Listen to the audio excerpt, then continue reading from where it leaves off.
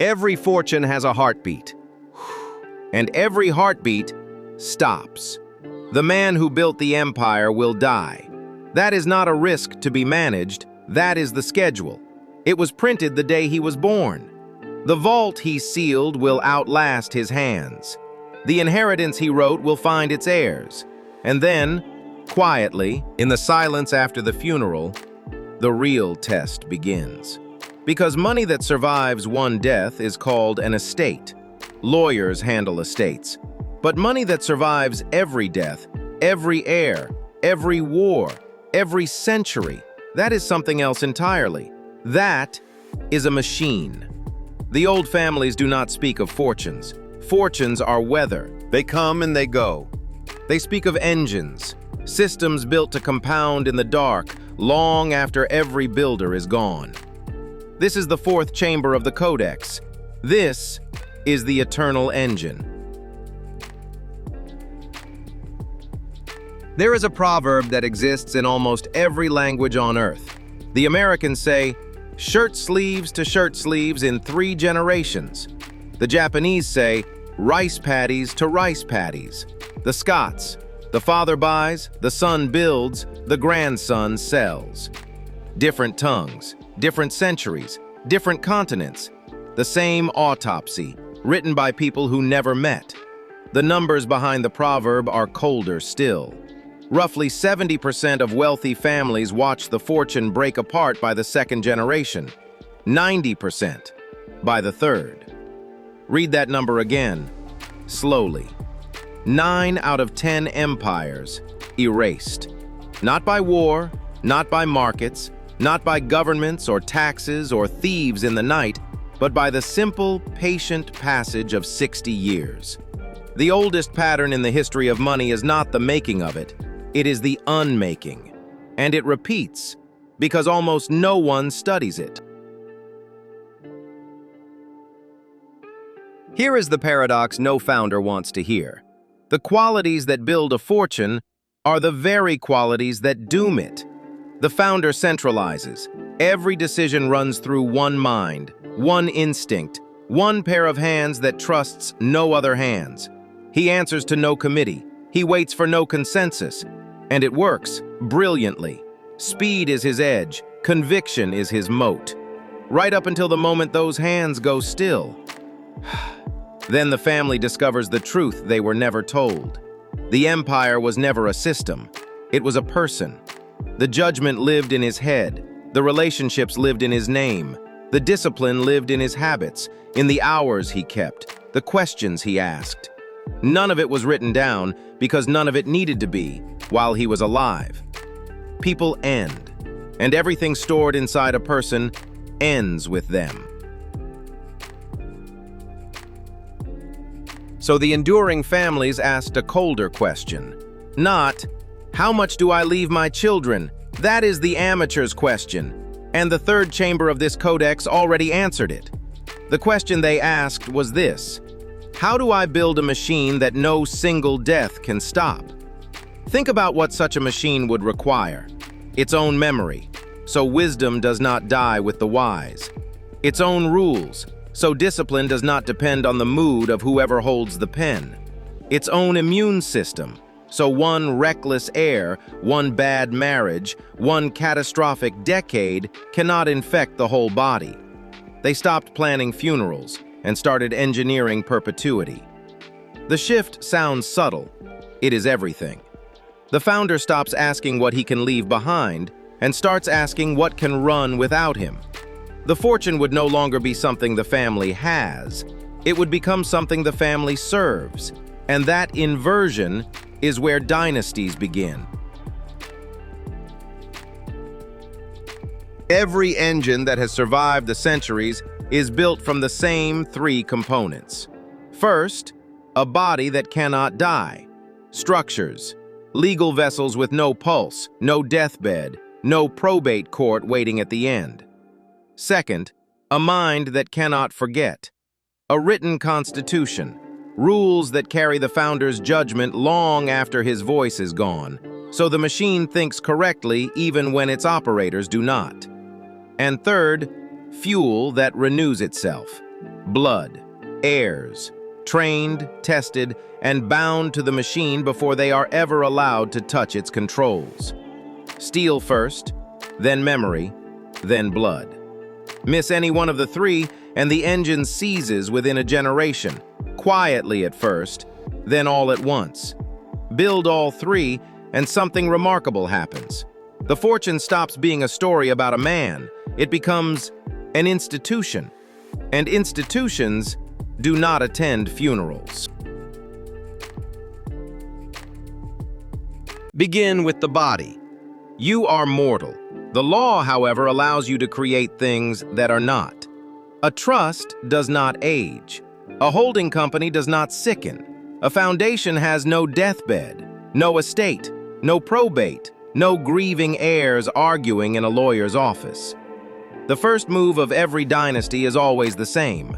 Move the fortune out of a dying vessel and into an immortal one, while the founder is still strong enough to set the terms. He does not leave the assets to his children. He leaves the assets to the structure, and the structure exists for the family on conditions he wrote. Understand what this changes. When the founder dies, nothing transfers. Nothing is divided. Nothing is frozen, taxed in panic, or exposed to public record. The owner of the empire is still alive, because the owner was never a person at all. Above the structures sits the cockpit, the family office, a private institution with a single client, a single loyalty, a single mandate. This family, forever. It manages the portfolios and pays the taxes. It vets every deal that approaches the family, every advisor, every prenuptial contract, every heir's allowance, and every heir's excuse. It negotiates with banks from strength because it answers to no quarterly earnings call. It hires the best minds of each generation and pays them to think in decades, not in bonuses. It watches the heirs as carefully as it watches the markets because it knows which of the two is more dangerous. And above all, it remembers. It remembers what the founder knew after the founder is gone. The Rockefellers built theirs in 1882. It is still operating today, more than 140 years later, serving the 6th and 7th generations of a family its founder never met.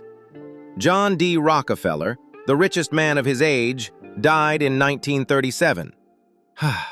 The machine did not notice. But steel alone is not enough. Machines need instructions.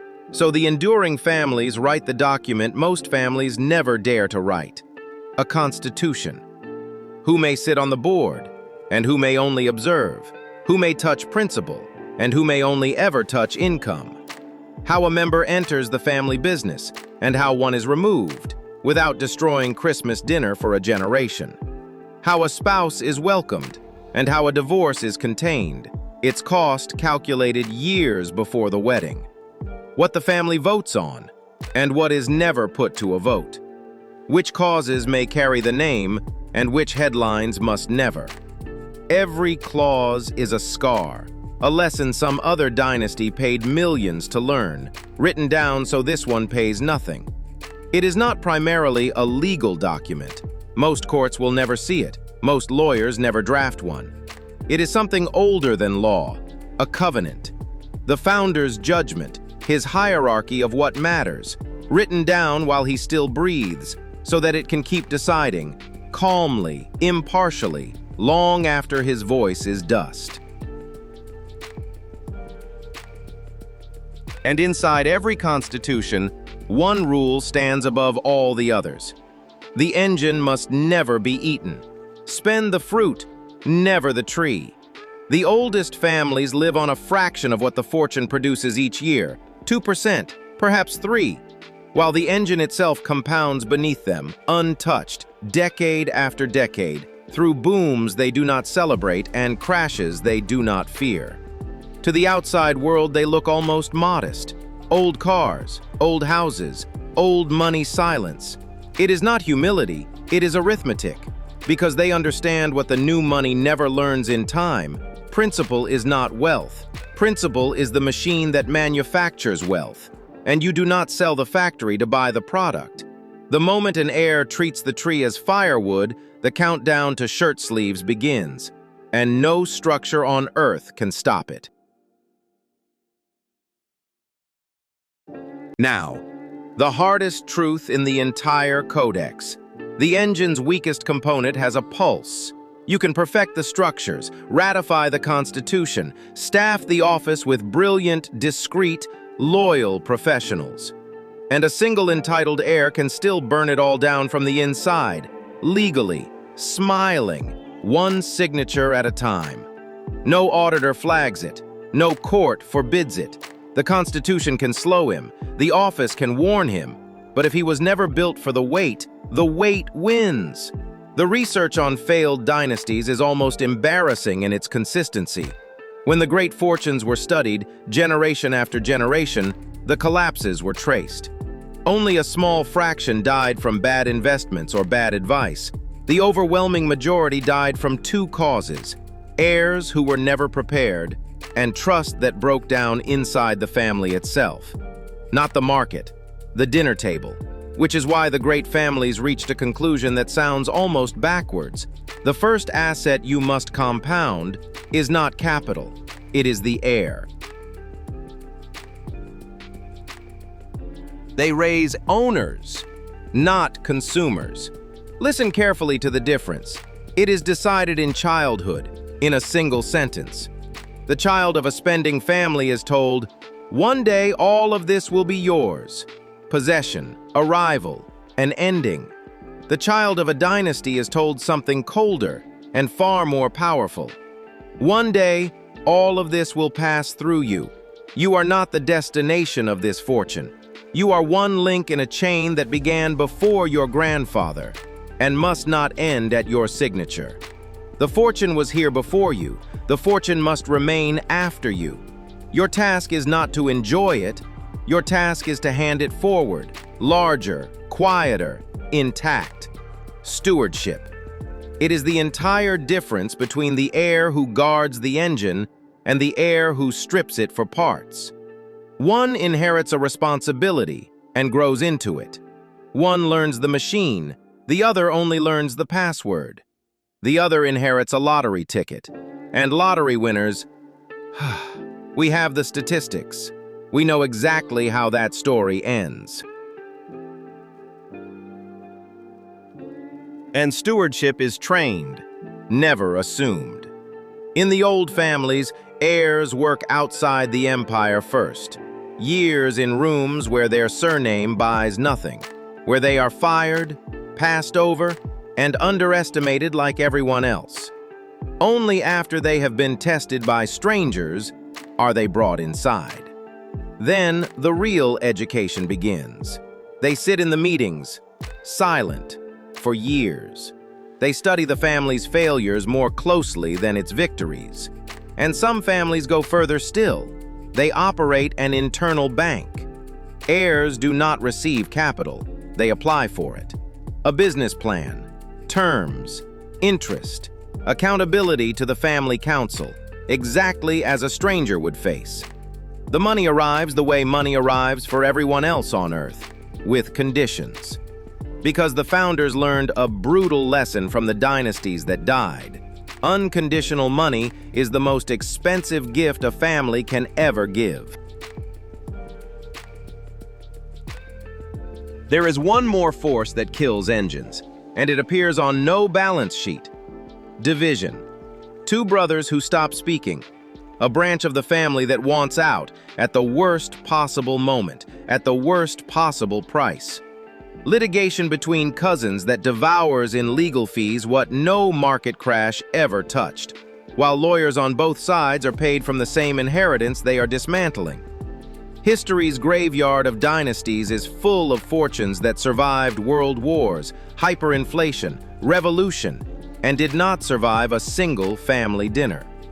So the machine is built with chambers for conflict, pressure valves, engineered in advance. Family councils where grievances are heard before they become lawsuits.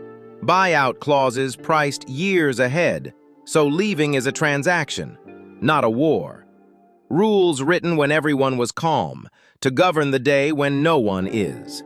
The engine survives because no single quarrel can ever reach its core. Now, widen the lens. In Florence, economists compared the city's tax records from 1427 with its wealthiest taxpayers today. The same family names appeared at the top of both lists, 600 years apart. 6 centuries. The plague, the fall of the Medici, Napoleon, 2 world wars, currencies created and destroyed, entire empires born and buried, and the same names still there, still signing. Think about what that means. Not one of those families produced 20 consecutive generations of genius. Across 600 years, there were fools, gamblers, black sheep. There always are. There were heirs who gambled, heirs who drank, heirs who cared for nothing but titles and horses. The names survived anyway, because the engine never required brilliance. That is not luck. 600 years is never luck. It required only 2 things: that the machine be built correctly once, and that no single generation be strong enough to stop it. This is the final secret of the Codex, and it has been hiding in plain sight since the first chapter. The wealthy invest capital. Dynasties invest time. Run the arithmetic that founders run alone, at night, in the dark. A fortune compounding quietly, at even modest rates, does not merely grow across the centuries. It detonates. A single million, left untouched at 6%, becomes over 300 million in 100 years. In 200 years, it passes 100 billion. The numbers stop sounding like finance and start sounding like mythology. And yet the formula contains no secrets, only a variable no one is patient enough to hold. Every founder knows the equation. Almost none can obey it. Time, the one asset that cannot be printed, cannot be taxed in advance, cannot be confiscated at a border, becomes the family's core holding. The founder plants a tree whose shade he will never sit in. The engine simply refuses to stop growing it. And so the Codex closes its circle. In the first chamber, you learned the architecture, that wealth is designed, engineered on purpose, never wished into being. In the second, the vault, how it is shielded from the eyes and the hands that would take it, how the greatest fortunes are the ones no one can see. In the third, the inheritance, how it is passed from dying hands to living ones, without being lost in the passing. And now, you understand what those 3 chambers were all along. Parts, components of a single machine, engineered for a single purpose, to keep running after every builder, every guardian, every heir who ever touched it is gone. Architecture is the design. The vault is the armor. Inheritance is the transmission. And the engine is the reason all of it exists. Somewhere tonight, a machine older than every person who serves it is compounding in the dark. No headline knows its name. No rich list has ever printed it. No obituary will ever stop it.